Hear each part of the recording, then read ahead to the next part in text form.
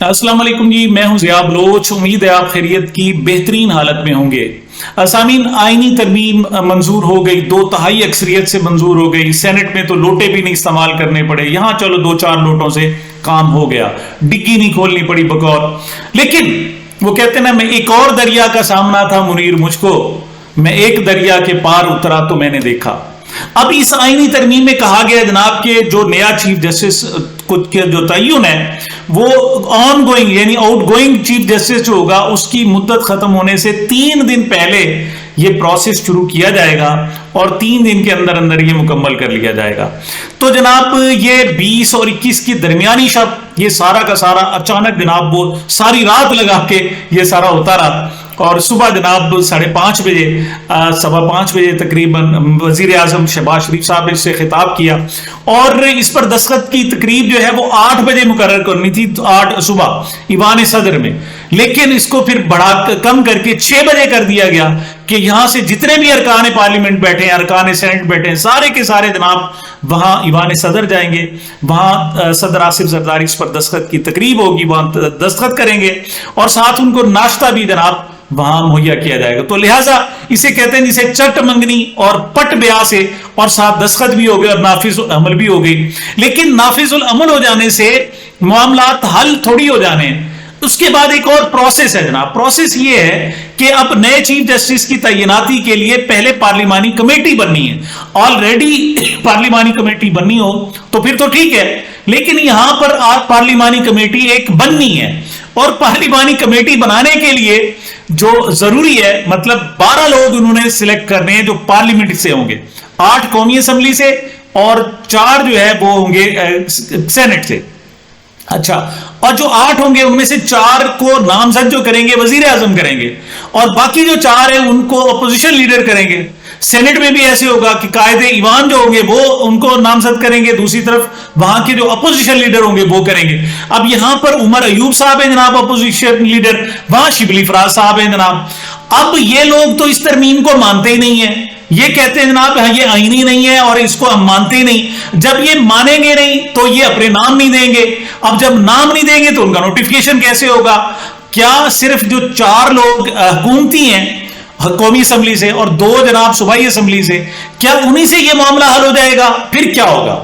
और इसमें चूंकि ये उजलत में बनाई गई है सारी की सारी जनाब पूरी की पूरी तरमीम, तो उनके पास भी कोई जवाब नहीं है। मतलब होता यह है कि बहस की जाती है, छोटी छोटी शिकों का उसमें गुंजाइश रखी जाती है, हर सवाल का जवाब होता है। यहां तो कोई सवाल ही नहीं करने दिया गया, कुछ सोचने नहीं दी गया, बहस नहीं करने दी गई, बल्कि ये जो मसवदा वैसे कहा जा रहा है कि कई हफ्तों से जनाब चल रहा था, लेकिन हकायक ये है कि अब से सिर्फ 3 दिन पहले जनाब जब ये मामला मौलाना फजल रहमान साहब के पास पहुंचा तो उस वक्त से मतलब ये जो शंघाई कॉन्फ्रेंस थी 17 के बाद ये जनाब 18 से जब शुरू हुआ तो तब ये मामला पहुंचा, वरना उससे पहले था ही नहीं।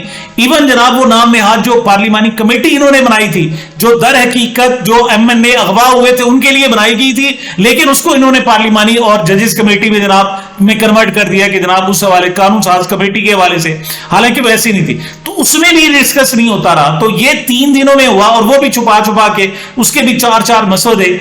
तो अब कौन सा जनाब मसवदा होगा, पार्लिमानी कमेटी कौन सी होगी, किस तरीके से आगे चलेंगे? अब जब पार्लिमानी कमेटी मुकम्मल नहीं होगी तो फिर मामला आगे कैसे बढ़ेगा?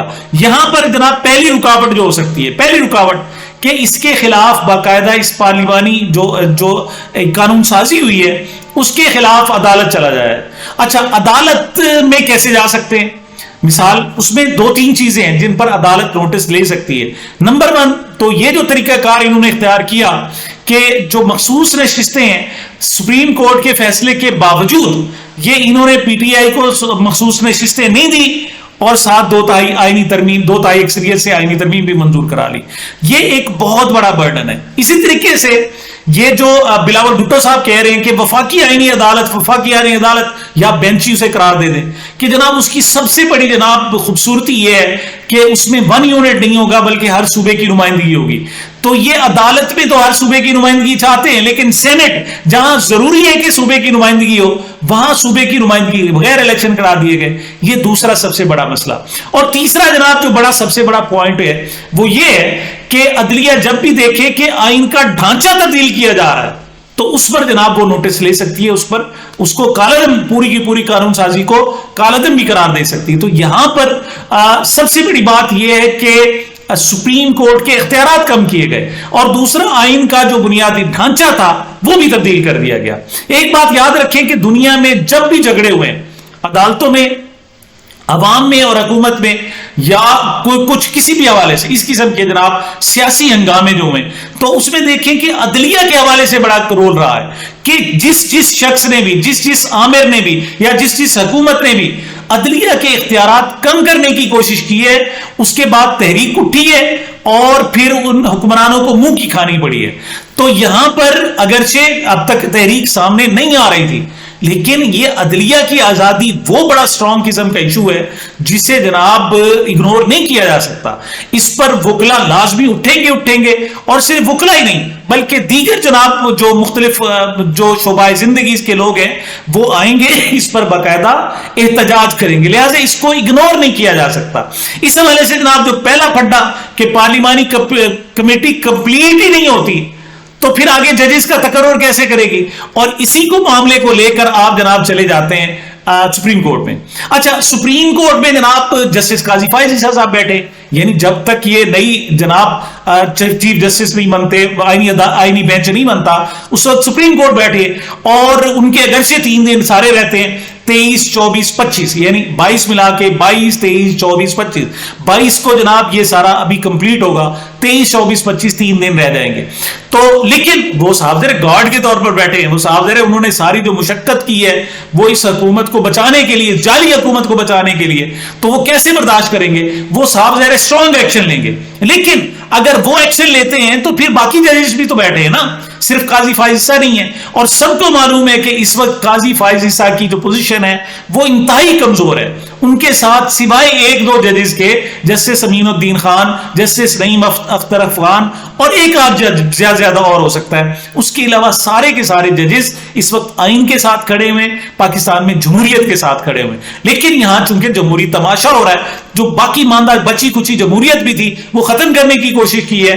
तो अगर फर्ज करो चीफ जस्टिस काजी फायज ईसा इसे इंटरटेन नहीं करते, लेकिन जो बाकी जजेस हैं उनके लिए बड़ा आसान है कि वो जनाब एक नोटिस दें कि आप फुल कोर्ट इजलास बुलाओ, और फुल कोर्ट वो इजलास नहीं बुलाते और अक्सरियती जज जनाब अलहदा फुल कोर्ट इजलास बुला लेते हैं, तो वो इस मामले को टैकल भी कर सकते हैं। और अगर टैकल हो जाता है सुप्रीम कोर्ट में तो इस पर स्टे ऑर्डर भी हो सकता है। लोग कहते हैं ना कि नहीं हो सकता, हो सकता है। अगर सुप्रीम कोर्ट के जो जजेस हैं 10 के 10 जजेस इस वक्त 13 जजेस के बारे में कहा जा रहा है कि जनाब उन्हें जस्टिस मंसूर अली शाह साहब का तायीद और उनको जनाब एतमाद हासिल है तमाम 13 जजेस का। तो जस्टिस मंसूर अली शाह की क़यादत में ये लोग खड़े हो जाते हैं, तो फिर स्टे ऑर्डर भी आ जाता है, और स्टे ऑर्डर अगर आ जाता है तो फिर हालात और ज्यादा खराब हो जाएंगे। सब साफ जाहिर है, सबसे ज्यादा जो मज़ाहमत सामने आएगी वो जनाब इस्टेब्लिशमेंट की तरफ से आएगी, और खासतौर पर मिलिट्री इस्टेब्लिशमेंट की तरफ से आएगी। तो फिर एक मरतबा चढ़ाई होगी अदालतों पर, जजेस पर, दूसरे लोगों पर, गिरफ्तारियां भी हो सकती, कुछ भी हो सकती है। तो यही तो होता है जब जनाब ये इस किस्म की तहरीक परवान चढ़ती है। ऐसे में फिर जज बैठे होंगे, जो वकला है वो इंतजार में बैठे होंगे, और एक मूवमेंट शुरू हो सकती है कि हुकूमत ने अदलिया के इख्तियारात कम किए और सुप्रीम कोर्ट के इख्तियारात कम किए और सारे इख्तियारात अपनी जेब में डाल लिए। एक पपेट जजेस और पपेट अदालतें लाने की कोशिश की गई, और दर हकीकत ये हुकूमत भी नहीं ले रही, ये भी याद रखिएगा। ये जनाब इस्टेब्लिशमेंट है, और खासतौर पर मिलिट्री इस्टेब्लिशमेंट है। कोई उनके सामने नहीं बोल सकता। अगर कोई खड़ा हो जाता है, उनकी बात नहीं सुनता है, तो वो जजेस हैं और ये अदलिया है, और अदलिया के साथ, जजेस के साथ पाकिस्तान के अवाम खड़े हो जाते हैं। लिहाजा वो ये टंटा ही खत्म करना चाहते थे ये सारी सूरत हाल, लेकिन बहरहाल एक तरह से वो कामयाब भी हो गए। लेकिन ऐसा नहीं है कि ये खेल खत्म हो गया खेल के अभी बहुत सारे मराइल है, बहुत सारे मराइल है, और इनको स्मूथली लेकर चलना। सबसे पहले तो पार्लिमानी कमेटी बना के दिखाएं ना, कैसे बनाएंगे जब अपोजिशन लीडर दोनों सेनेट में भी और कौमी असेंबली में भी उसको अप्रूव नहीं करेंगे, नॉमिनेट ही नहीं करेंगे, तो आप पार्लिमानी कमेटी कैसे बनाएंगे? और फर्ज को नामुकम्मल पार्लिमानी कमेटी बना देते हैं और वो सुप्रीम कोर्ट में चैलेंज हो जाती है, काजी फैसल साहब उसे रोकने की कोशिश करते हैं, बाकी जजेस आकर उसकी हिमायत में खड़े हो जाते हैं और इस मामले को टेकअप कर लेते हैं, तो उस पर ऑटोमेटिकली स्टे ऑर्डर हो जाता है। स्टे ऑर्डर हो जाता है तो 3 दिन बाद काजी साहब चले जाएंगे और उसके बाद ये मामला फिर नए चीफ जस्टिस, नए सुप्रीम कोर्ट के नए चीफ जस्टिस के पास आएगा। क्यों? इस वक्त जनाब तमाम जो वकला हैं वो कह चुके हैं कि 26 तारीख को हमें कोई और चीफ जस्टिस नहीं चाहिए, बल्कि हम जस्टिस मंसूर अली शाह साहब के साथ खड़े होंगे, कोई और हमें किसी तौर पर भी कबूल नहीं है। तो बहरहाल ये जनाब एहतजाजी तहरीक भी शुरू हो सकती है, ये अदालती क्राइसिस भी शुरू हो सकता है, और एस्टेब्लिशमेंट के साथ अदलिया का डायरेक्ट टकराव भी हो सकता है। इसी तरीके से जनाब और भी बहुत सारे ऑप्शंस हैं, बहुत कुछ हो सकता है। देखते हैं बहरहाल आगे क्या सूरत हाल और क्या बनता है। इंशाल्लाह आपको अपडेट करते रहेंगे। मुझे अपने चैनल को अपनी मोहब्बतों और दुआओं में याद रखिएगा। मिलते हैं छोटे से वक्फे के बाद।